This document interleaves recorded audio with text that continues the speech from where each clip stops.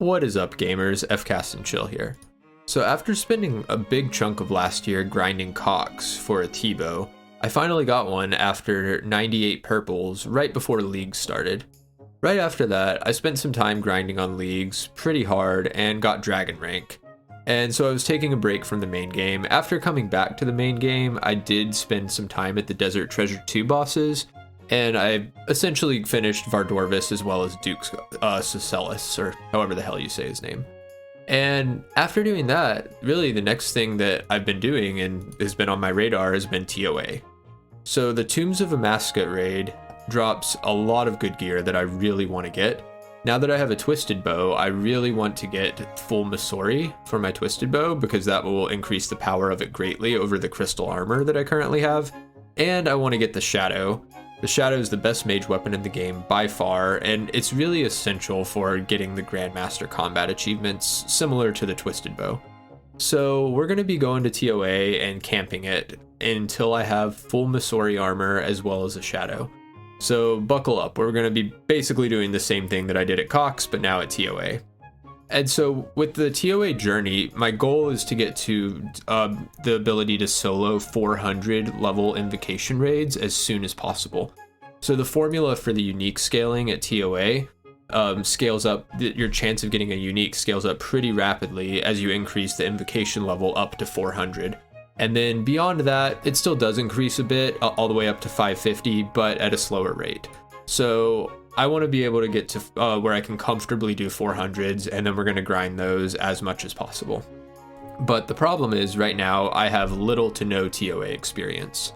I did do some of the content on release when it first came out, and I was soloing invocation raids in the low to mid 200s.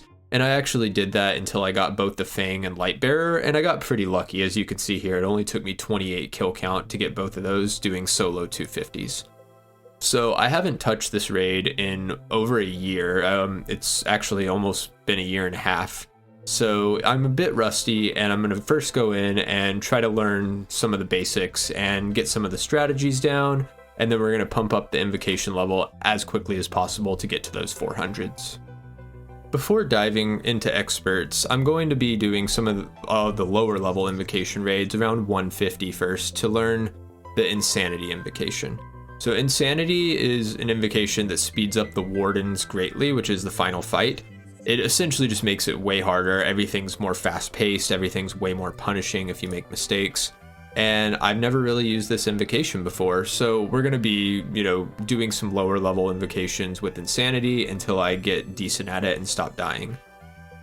Initially, when I was doing Insanity, there's the Warden slams the ground, and he can either attack both the left side, the right side, or both sides, and you have to stand in the middle. And you have to remember the pattern because once the skulls happen, then he resumes slamming. It picks back up where he left off.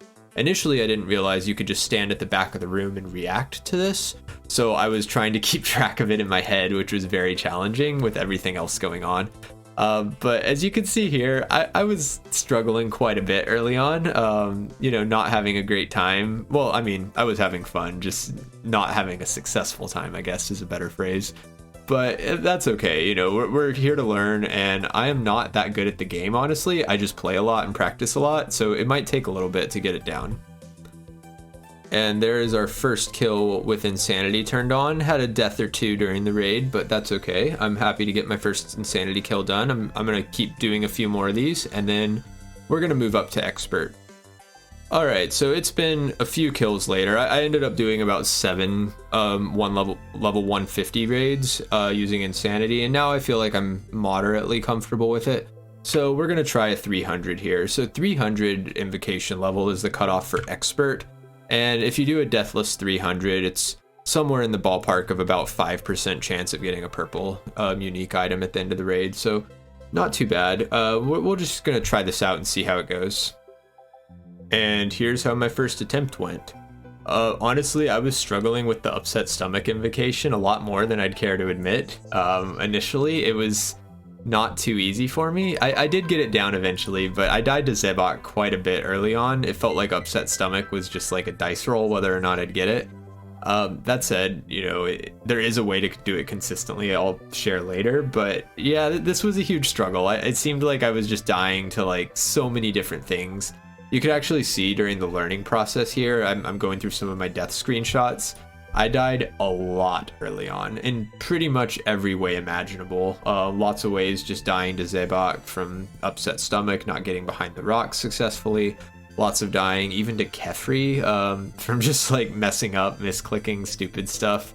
Dying, at Baba from just messing up Red X when I was learning that. Dying at Akka from changing my prayers at the wrong time. Just pretty much every way imaginable, I died doing it. So I just want to stress that this isn't super easy to do at first, but with enough practice, it does become very doable. And after a bit, you could see here, I did get my first 300 kill count. And so that was not too bad, like a time of mid 30 minutes. And unfortunately, we got a white light, but that's all good. Right after doing that 300, I decided to pump it up a little bit and try to do a solo deathless 350 invocation raid. And the reason for 350 is if you do a deathless 350, then you get a transmogrification for your Ava's assembler. And I really want to get that new backpack, the Missouri backpack, so we're going to go for that and see how it goes. Attempt number 1 went just as well as expected. I ended up dying at Zabok because of upset stomach. So again, just struggling here a lot at first in the earlier kill count. But fortunately, on the second try, we did go through and I was able to do it successfully, and I got my Missouri backpack at 2 kill count expert. So that's pretty cool. Again, no purple, but I'm not going to complain about that. After doing some more practice, learning some things like, Red X Baba and some of the other methods, then I, after getting 9 kill count for my 10th kill count, I decided to pump up the invocation level to 390. So this was a bit more challenging, but honestly, the stuff that kills you in a 300 or a 350 is the same stuff you have to look out for in a 390.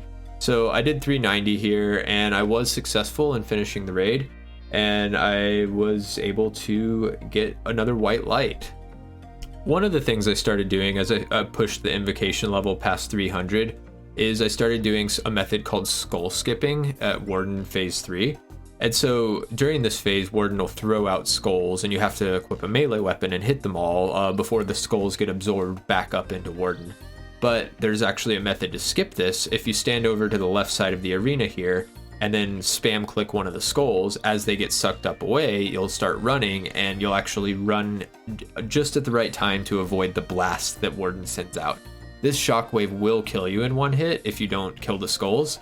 So this is just a way to avoid that. And it's actually really nice too, because, killing the skulls at Warden, that actually damages the Warden a whole lot and doesn't give you any points or any increased chance for a unique. But if you use a skull skip method, then the skulls don't damage Warden at all, and so you get to damage Warden more yourself. And so it actually increases your chance of getting a unique purple item as well, doing the skull skip method. And it's easier too, so I highly recommend learning it and doing it for pretty much any high level solo raids.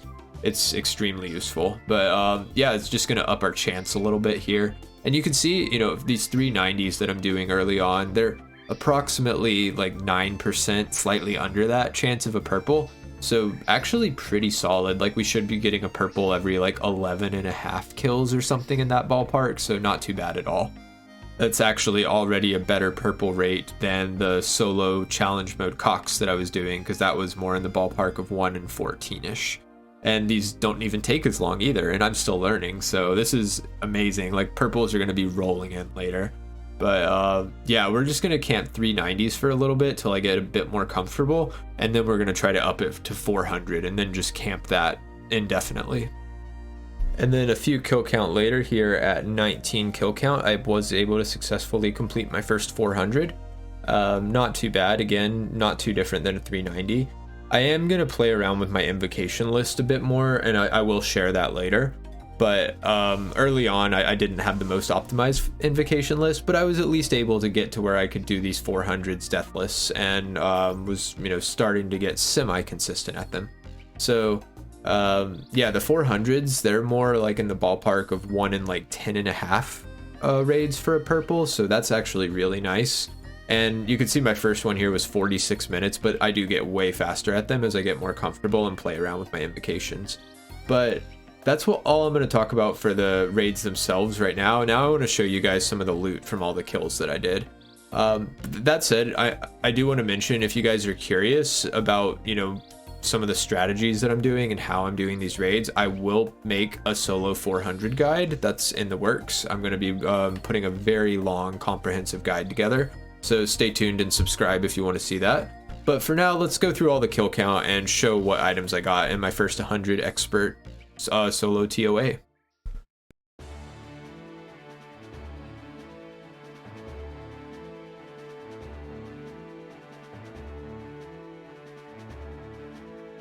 And here we got our first purple from experts at 14 kill count, and it ended up being a Masori mask. Probably the least useful piece of Masori, but hey, I'm still gonna take it. It's not another fang or ring, so I'm super happy about this.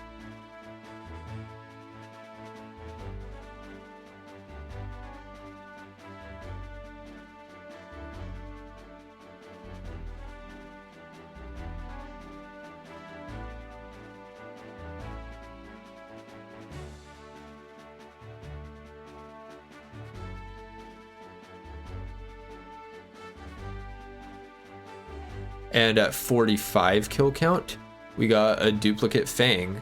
Again, this is, you know, something I already have, but at least it's some bond money and it's worth a lot more than the light bearer.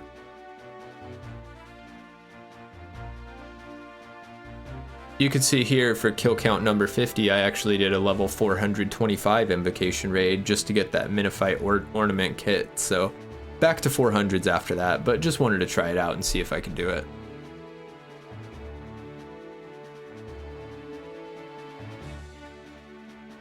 $57 kill count, we got yet another Fang. Okay, all right, more bond money.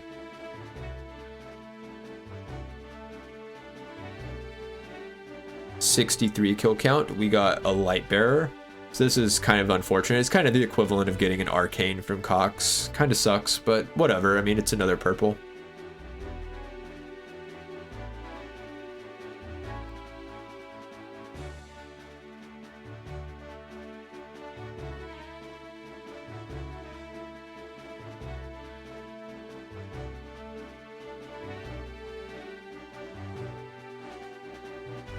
And at 86 kill count here, we got yet another Fang.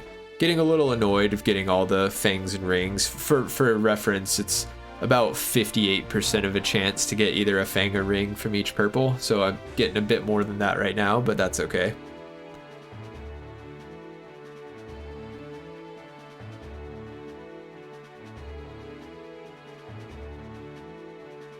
And at 98 kill count here, we got some Masori chaps. This is an amazing drop. This is a big upgrade over my crystal. That said, I'm not going to bring it into ToA yet because I'm still using the Bofa for some phases, and I don't even have a blowpipe. So we're still going to camp the crystal for now in ToA, but still feels really good to have 2 out of 3 Masori pieces already. And with that kill, that is number 100 expert ToA. So it feels good to knock out the first 100. Unfortunately, never lucky, didn't get another purple.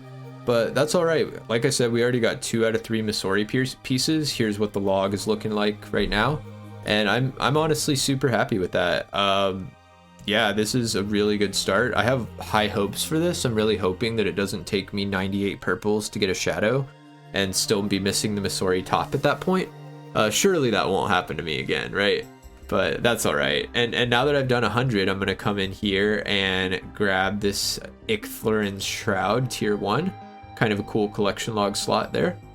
Just a cape for doing 100 ToAs. But yeah, this has been really fun. I'm enjoying the raid a lot. I still have a lot to learn. I'm still not doing too well compared to, you know, how good I was at Cox.